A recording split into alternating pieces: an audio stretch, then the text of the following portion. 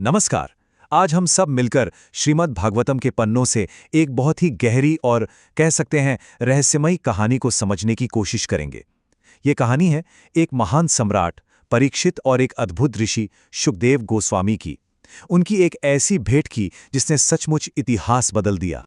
तो जरा सोच के देखिए, एक तरफ है एक महान ऋषि जो बाहर से देखने में एक विक्षिप्त मतलब एक पागल व्यक्ति की तरह लगते हैं, और दूसरी तरफ एक चक्रवर्ती सम्राट जिसके पास सब कुछ है, धन दौलत राजपाट सब कुछ। तो सवाल ये उठता है कि ये दो बिल्कुल अलग अलग ध्रुव आखिर मिले कैसे, और जब वो मिले तो क्या हुआ। चलिए इसी रहस्य से पर्दा उठाते हैं।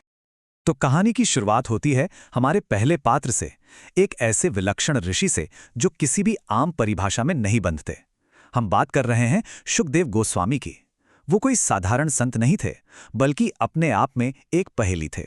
तो चलिए देखते हैं कि श्रीमद् भागवतम खुद उनके बारे में क्या बताता है।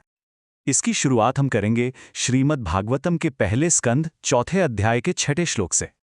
कत्थमालक्षितः पौरैः सम्प्राप्तः कुरुजांगलान् उन्मत्तमूक जडवत् विचरन् गजसाहवये। 6। तो ये श्लोक हमें क्या बता रहा है? ये बता रहा है कि जब शुकदेव गोस्वामी हस्तिनापुर पहुंचे तो वे जानबूझकर एक विक्षिप्त मूक और जड़ व्यक्ति की तरह दिख रहे थे। मतलब उन्हें पहचानना लगभग नामुमकिन था। ऐसा लगता है मानो वो दुनिया को परख रहे थे, ये देख रहे थे कि क्या कोई उनके इस बाहरी रूप के पार देख सकता है। और यहीं पर एक बहुत बड़ा सबक छिपा है ना? कि किसी साधु की असली पहचान उसके दिखने से नहीं बल्कि उसे सुनने से होती है। सच्ची आध्यात्मिकता को आंखों से नहीं दिल से पहचाना जाता है। अच्छा, तो अब सवाल ये उठता है कि अगर शुकदेव गोस्वामी को पहचानना इतना ही मुश्किल था, तो फिर वो महान संवाद हुआ कैसे जिसके लिए वो इतने जाने जाते हैं? ये अपने आप में एक और पहेली है ना? चलिए अब अगले श्लोक यानी 7वें श्लोक की ओर बढ़ते हैं, जो इस सवाल को और भी गहरा बना देता है। कथं वा पाण्डवेयस्य राजर्षेः मुनिना सह संवादः समभूत्तात् यत्रैषा सात्वती श्रुतिः। श्लोक 7। तो ये जो सवाल पूछा जा रहा है ये बहुत महत्वपूर्ण है। बात सिर्फ एक राजा और एक मुनि की मुलाकात की नहीं है। ये वो मुलाकात थी जिसकी वजह से श्रीमद् भागवतम जैसा दिव्य ग्रंथ हमारे सामने आया। जरा सोचिए, अगर ये संवाद न हुआ होता तो वेदों का ये महान सार शायद हम तक पहुंचता ही नहीं। इसीलिए तो श्रीमद् भागवतम को शुक संहिता भी कहा जाता है, यानी वो दिव्य ज्ञान जो स्वयं शुकदेव गोस्वामी ने सुनाया। अब शुकदेव गोस्वामी की इस पहेली को और गहराई से समझने के लिए चलिए उनके स्वभाव के एक और पहलू पर नजर डालते हैं। वो आम गृहस्थों के साथ, घर परिवार वालों के साथ कैसा व्यवहार करते थे। उनका ये तरीका उनके असली मकसद के बारे में बहुत कुछ बताता है। और इसका जवाब हमें मिलता है 8वें श्लोक में, जो उनके रोजमर्रा के जीवन की एक बहुत ही अनोखी झलक देता है। स गोदोहन मात्रम ही गृहेषु गृहमेधिनाम अवेक्षते महाभागस तीर्थी कुर्वन तदाश्रमम। 8। देखिए कितनी अद्भुत बात बताई गई है इस श्लोक में। शुकदेव गोस्वामी किसी भी गृहस्थ के द्वार पर बस उतनी ही देर रुकते थे जितनी देर में एक गाय दूही जाती है, मतलब बस कुछ ही पल। और ऐसा क्यों? क्योंकि उनका मकसद किसी से कुछ लेना था ही नहीं, वो किसी पर बोझ नहीं बनना चाहते थे। उनका तो एकमात्र उद्देश्य था अपनी उपस्थिति से उस घर को, उस आश्रम को पवित्र करना, बस दिव्य ज्ञान का एक बीज बोना और आगे बढ़ जाना। यह है एक सच्चे संत का स्वभाव। चलिए अब हम कहानी के दूसरे मुख्य पात्र की ओर बढ़ते हैं, हमारे अद्भुत राजा सम्राट परीक्षित। वो सिर्फ एक सम्राट नहीं थे, उनका तो पूरा जीवन ही चमत्कारों से भरा हुआ था। एक ऐसी कहानी जो हमें बहुत कुछ सिखा सकती है। तो ये 9वां श्लोक हमें यही बताता है कि आखिर महाराज परीक्षित इतने असाधारण क्यों माने जाते हैं। अभिमन्युसुतं सूत प्राहुर्भागवतोत्तमं तस्य जन्म महाश्चर्यं कर्माणि च गृणीहि न। 9।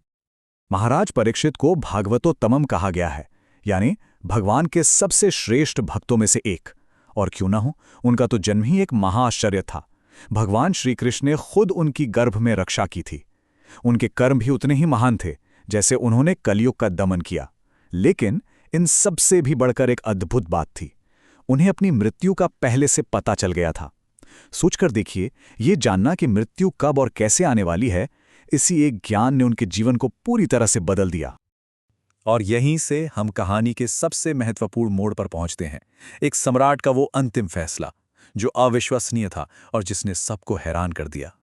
इस भाग का ये अंतिम श्लोक यानी 10वां श्लोक एक ऐसा सवाल खड़ा करता है जो आज भी हम सबके लिए बहुत प्रासंगिक है। सत्सम्राट कस्य वा हेतो पाण्डुनां मानवर्धनः प्रायोपविष्टो गंगाया मानाधृत्याधिराट श्रियम। 10। जरा इस पर गौर कीजिए। वो एक महान सम्राट थे, पांडुवंश की प्रतिष्ठा को बढ़ा रहे थे। उनके पास अपने राज्य का सारा ऐश्वर्य, सारी शानो शौकत थी। फिर भी उन्होंने सब कुछ त्याग दिया, सब कुछ, और गंगा के तट पर मृत्यु तक उपवास करने बैठ गए। आखिर क्यों?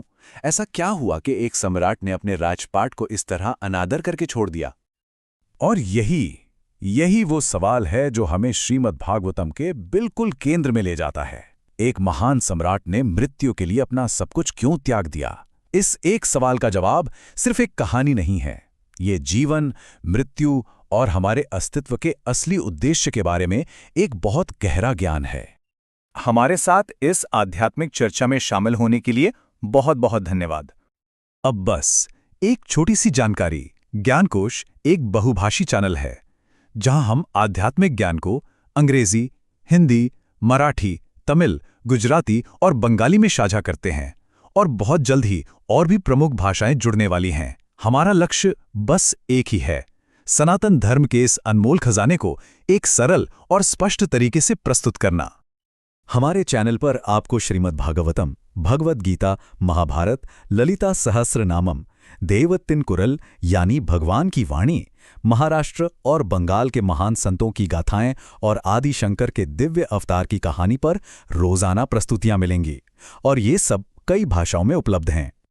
अगर आपको हमारा ये प्रयास सार्थक लगता है तो ज्ञानकोश को सब्सक्राइब जरूर करें, ताकि आपको हमारी दैनिक प्रस्तुतियों की सूचना मिलती रहे। और हाँ, इस दिव्य ज्ञान को अपने परिवार, दोस्तों और अपने समुदाय के साथ लाइक, शेयर और प्रसारित करना ना भूलें।